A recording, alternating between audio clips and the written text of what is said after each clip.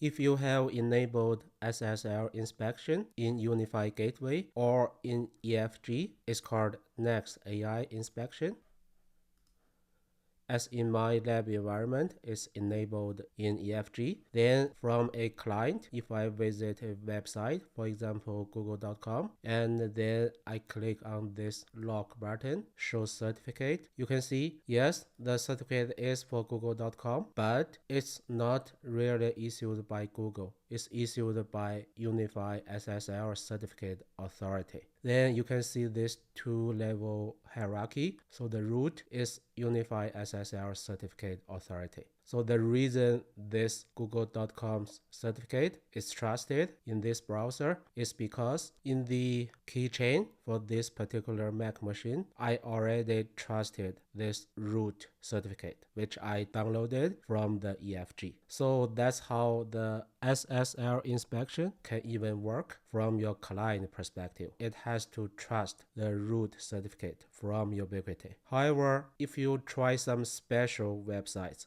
for example, apple.com, I can visit it without any problem. But if I click on the certificate, see, it's issued by Apple, not by Ubiquiti, which means for apple.com, the EFG's SSL inspection is not working at all. Why it's not using the Ubiquiti's root certificate, but it's also working? It seems apple.com is excluded from the SSL inspection from EFG. But why is that? So let's talk about that. In this article from developer.apple.com, it explains how to do identity pinning on your app for Apple machines. And then this is an article from Apple itself. Basically, it talks to the enterprise IT folks for Apple's website. Don't do SSL inspection. You need to exclude them. Then you may wonder why some websites, they won't work when you enable SSL inspection. In fact, they use a technology which is called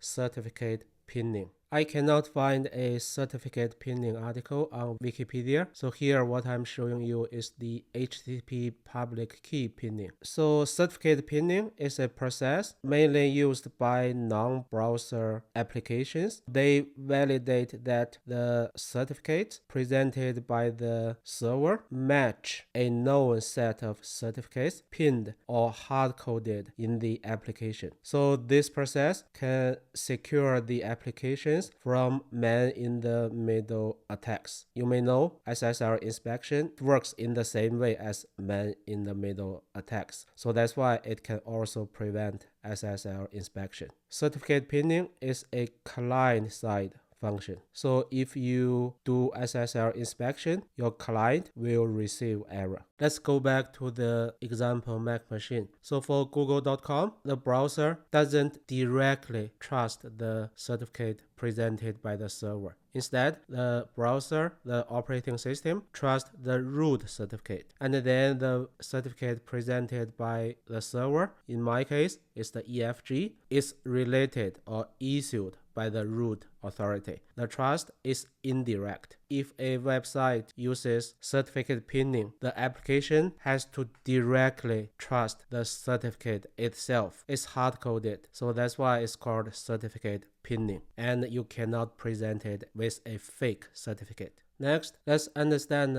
how it works from backend perspective, how the system can differentiate different websites. For some of them, it will do SSL inspection, but for rare ones, it won't. It's like a magic. So let's look into that. In the lower part of the screen, let me SSH to the EFG.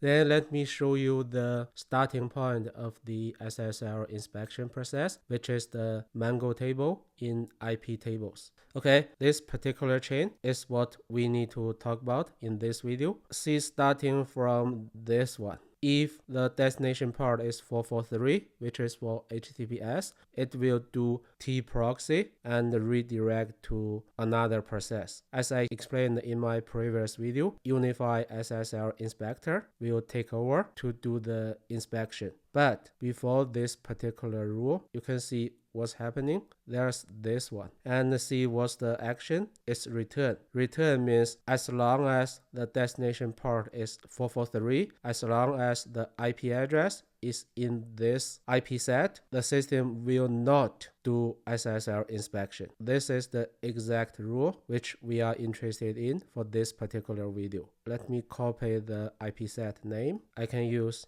IP set command to list the content of this set. Okay, it's a long list of IP addresses. I assume apple.com is part of it, but let me make sure that's the case. Let me launch a Wireshark, start capturing. I already filtered on TLS. Then from the browser, I just visited apple.com, then stop capturing. Then you can see my browser was communicating with this IP address. In the lower part SSH, let me show the same IP set again, but try to search this particular IP address.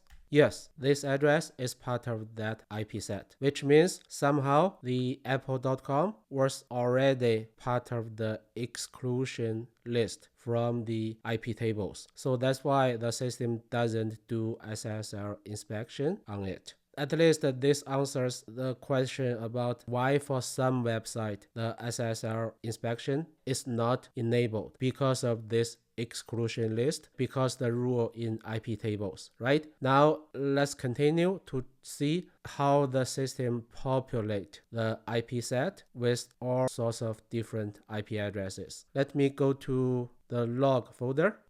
So there are daemon logs. This IP set is populated during the UniFi SSL inspector startup during the EFG reboot. So if I search this IP address against this daemon log files, you can see the details. It's done by UniFi SSL inspector. At what time? Because of what? The system need to add exclusion for server name apple.com, and this is the IP address, and the reason whitelist. This explains when, how for some particular domain names they are added to the whitelist, to the exclusion list, to the IP set of the IP tables. Then some people may ask, okay, for some known websites, you can easily prepare a whitelist, but what if your whitelist is not complete? What if there's some website just appear, then your client cannot visit the website anymore, right? Yes, that's a very legitimate concern, but it seems Ubiquiti does have a way to handle that. For example, this NBC.com. If I go to certificate, you can see organization is NBC Universal is issued by an organization which is not Ubiquiti, which means EFG doesn't do SSL inspection against NBC.com. However, in the daemon logs I just showed you in the SSH session, I couldn't find any log showing the system prepared the whitelist included NBC.com. Then why this happens? Why this NBC.com is excluded, right? The answers can also be found from the same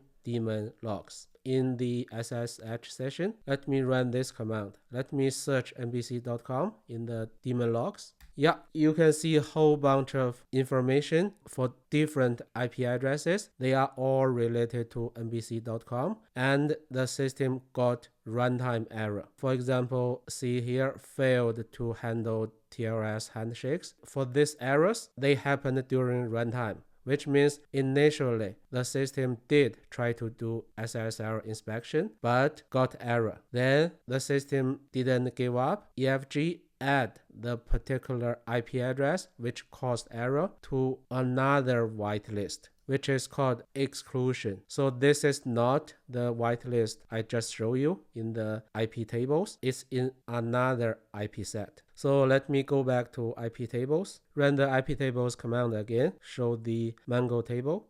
Still the same SSL proxy 0 chain. We talked about this two previously, right? But see, there are some other rules ahead of them. And their targets, they are all return, which means these IP sets, they also act as exclusion list. And you can tell from the IP set name, they are client dependent. which means for each client, based on its online activities, based on the TLS errors, the system will add different IP addresses to the exclusion list. Because for this iPhone machine, I know its IP address is this one, 233. So let me show you this IP set.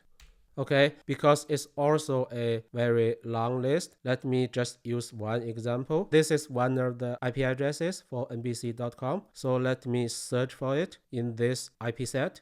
See, it is there. I believe now it's clear. So the system maintains two whitelist or exclusion list for SSL inspection. One is global system level. It doesn't matter which client, which unknown websites that SSL inspection doesn't work, so they need to be excluded. Then the second exclusion list or whitelist is client specific. Based on the client's activities, the system will dynamically add those IP addresses which cause trouble to the whitelist. Now let's move on. Let's talk about within the UniFi network controller, how we can specify whitelist. So this is the UI for deep inspection or next AI or SSL inspection. In EFG, go to advanced, you create a new profile. For inspected domains, by default, it's specific, right? But in my case, what I want to achieve is by default, I want to inspect all. But maybe for some known websites, for example, my own internal websites, or for whatever reason that website is not included in Ubiquiti's whitelist, I want to add it, I can